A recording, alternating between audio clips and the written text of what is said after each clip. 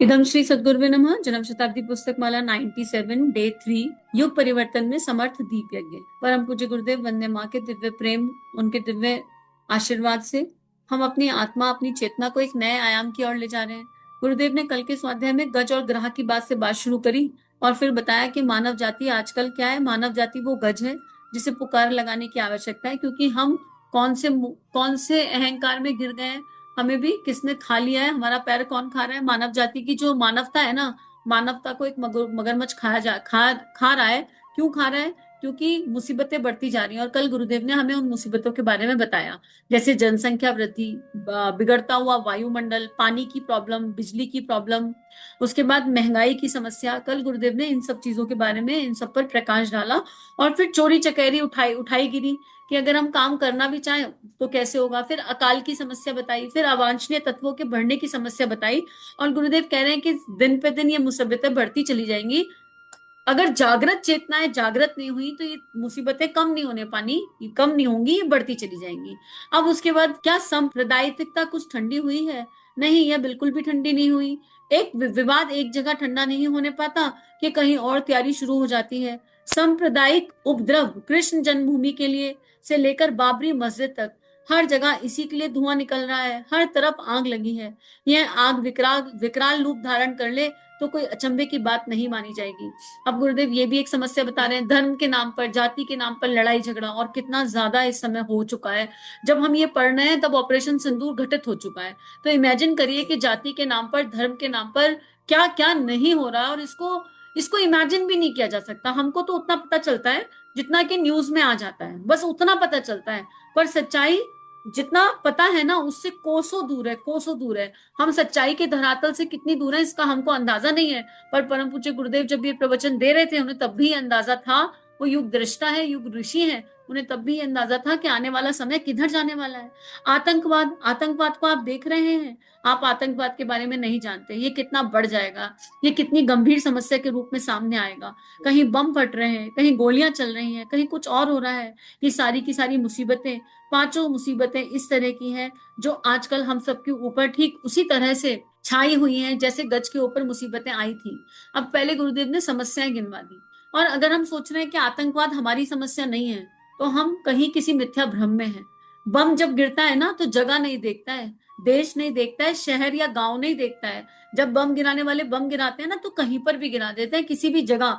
और कोई बड़ी बात नहीं है कि अगर हम आज जागे नहीं तो वो बम कभी हमारे आंखों के सामने हमारे सिर पर पड़ जाए तो कोई बड़ी बात नहीं है। बात यह कि हमारे अंदर शक्ति होनी चाहिए, हमारे अंदर साहस होना चाहिए उस परिस्थिति से निपटने का।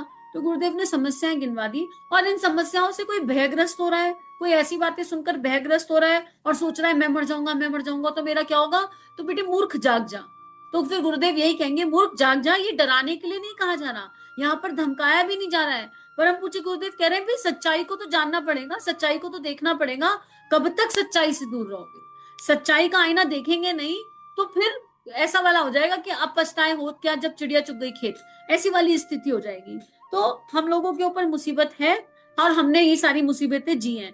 पानी की मुसीबत लगभग लगभग सबने जी होगी। जो शहरों में रह रहे हैं उन्हें तो पता है कि गर्मियों में क्या हालत होती है। टाइम से पानी आता है, टाइम से पानी जाता है, पानी भर भर के रखना पड़ता है, पानी गंदे भी आते हैं, एलर्जिक पानी भी आते हैं। शायद गांव वालों को ये प्रॉब्लम ना पता हो, पर जो गांव में रह रहे हैं उन्हें पता है लाइट की कितनी दिक्कत होती है, ऑन एंड ऑफ लाइट की दिक्कत होती है। जिनके यहाँ हैंडपंप और मोटर लगी हुई है उन्हें पता है कि पानी का लेवल कितना नीचे चला जाता है, मोटर से पानी उठाना भारी हो जाता है।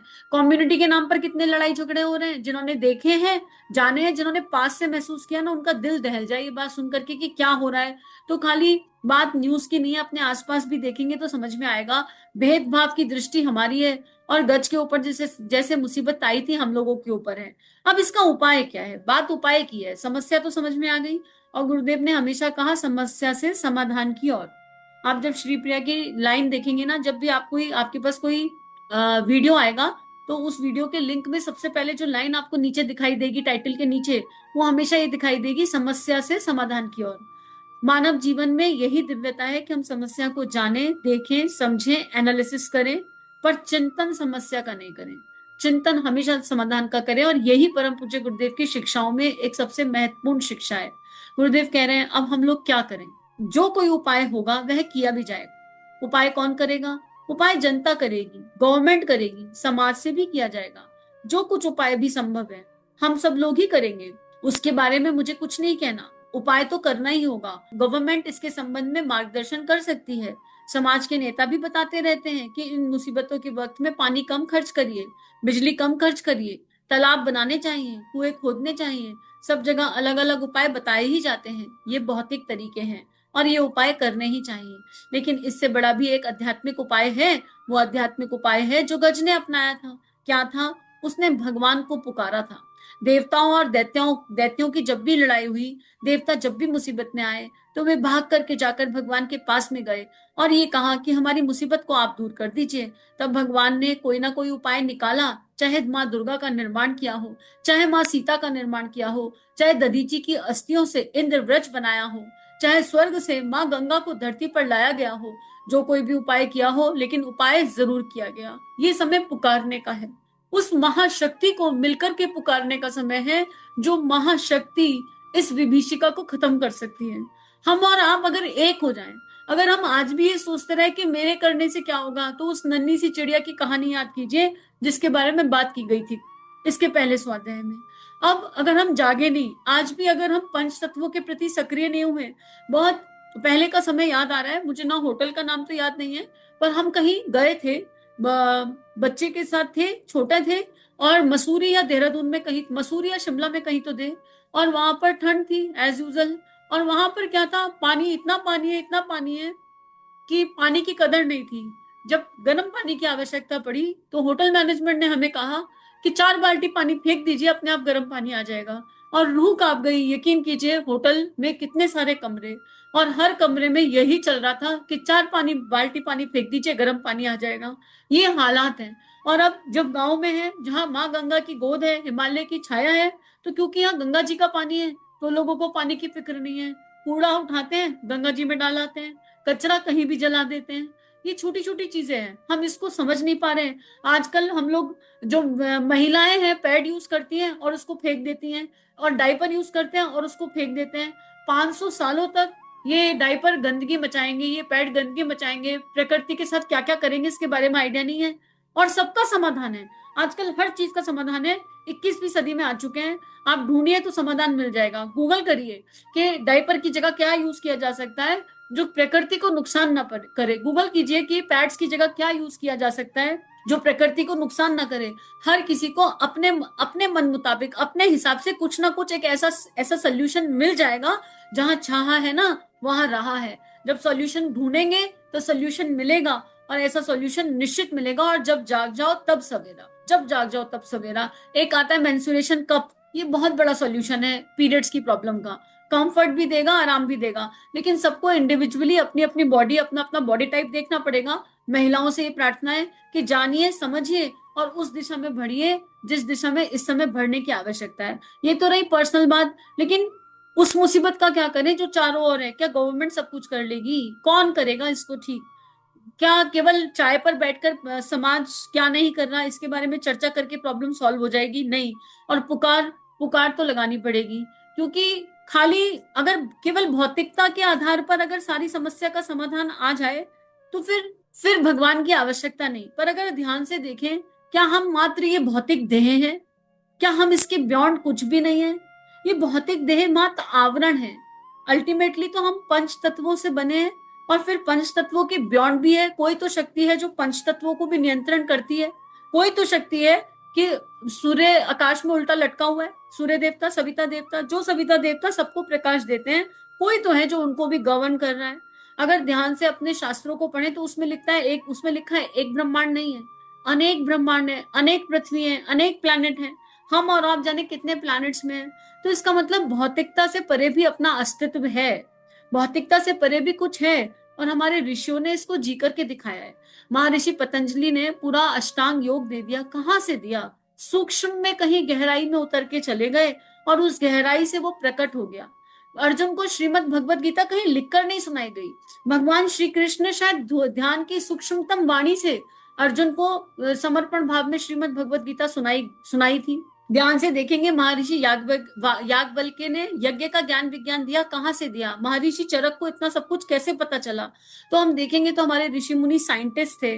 विश्वामित्र जी ने गायत्री मंत्र को बाहर निकाल दिया। कहाँ से निकाल कर लाए गायत्री मंत्र? कैसे निकाल करके लाए गायत्री मंत्र?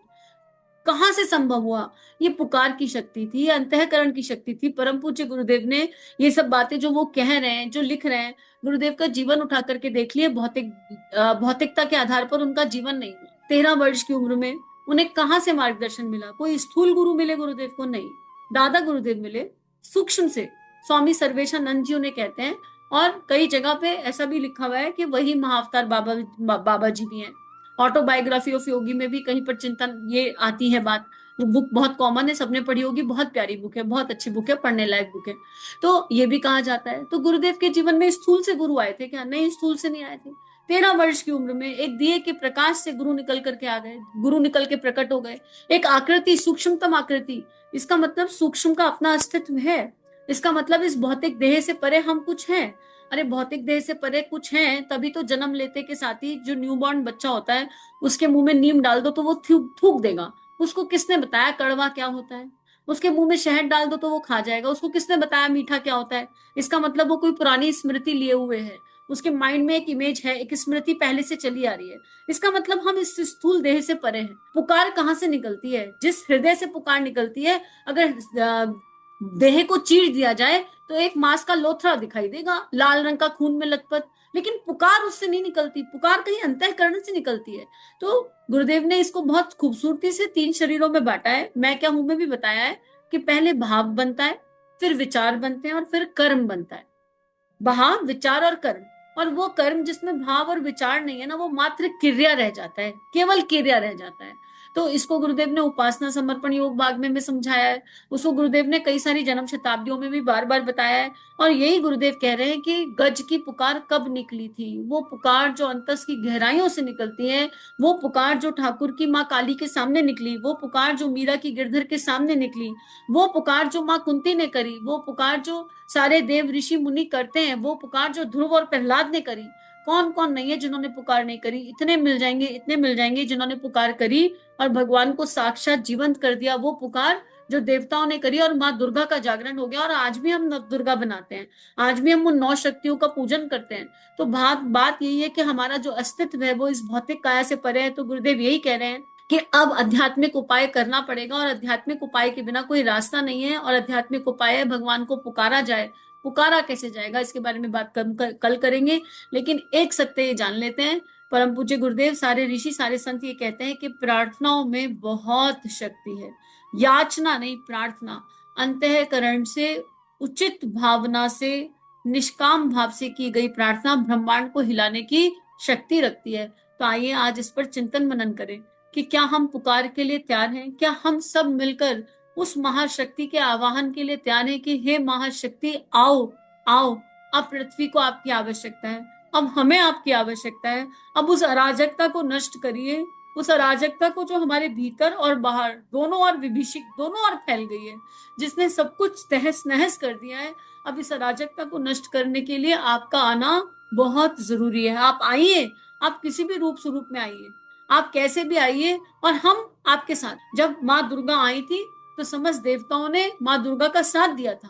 कोई देवता उनसे भयभीत नहीं हुए थे। समस्त देवताओं ने अपने आप को पूर्णतः माँ दुर्गा के श्री चरणों में अर्पित, समर्पित कर दिया था। और तब माँ ने अपने विभिन्न स्वरूपों से क्या क्या किया, ये हम सब जानते हैं। तो आइए आज इस पर चिंतन करते हैं, और कल आध्यात्मिकता की उस पुकार में गुरुदेव हमें किस दिशा लेकर जाना चाहते हैं उसको समझते हैं। सभी अपना ध्यान रखिए। इदम श्री सद्गुरुवे नमः। सभी को प्रणाम। श्री प्रिया काउंसलिंग चैनल और देव परिवार चैनल पर जो वीडियोस आपको मिल रहे हैं, अगर ये आपके जीवन को बदल रहे हैं तो ये केवल गुरु कृपा है। आइए इस गुरु कृपा को विश्वव्यापी बनाएं। जो भी लिंक आप सुनते हैं, आपको जो भी लिंक अच्छे लगते हैं, उनको अपने व्हाट्सएप स्टेटस, फेसबुक स्टेटस, सारे सोशल नेटवर्किंग साइट्स पर लगाइए। इस टेक्नोलॉजी के माध्यम से आइए ऋषियों की, संतों की लेखनी को विश्वव्यापी बनाते हैं। जय हिंद, जय भारत। इदम श्री सद्गुरुवे नमः।